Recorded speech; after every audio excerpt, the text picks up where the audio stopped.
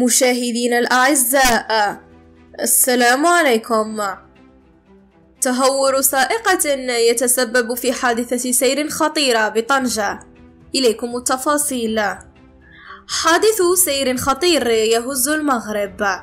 وقعت مساء أمس حادثة سير خطيرة بالممر تحت أرضي قرب مركز الحليب بمدينة طنجة.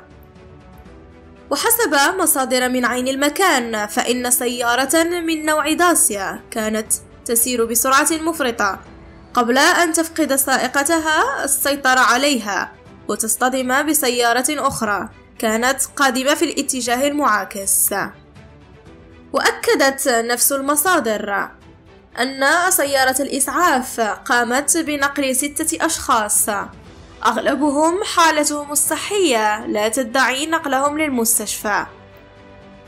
نشكركم جزيلا على تتبعكم. إلى اللقاء.